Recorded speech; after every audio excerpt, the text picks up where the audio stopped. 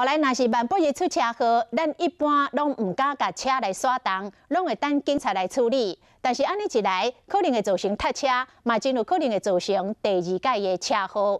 警方是建议讲，若是所发生的是轻微的车祸，无人死伤，安尼会当安尼做。第一，劝交通队；第二，翕相，翕现场的全景甲车辆受损的部分。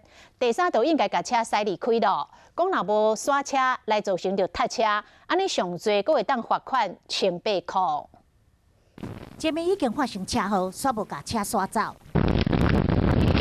后面又搁追弄，造成二次车祸。一般的交通事故，除了报警，等待警方来到现场画线，判定肇事责任，其实有更较简单的做法。即马警局受理车祸报案的是会即时发送简讯，而且提起处理的原则，用手机翕相或者录影，将现场翕落来。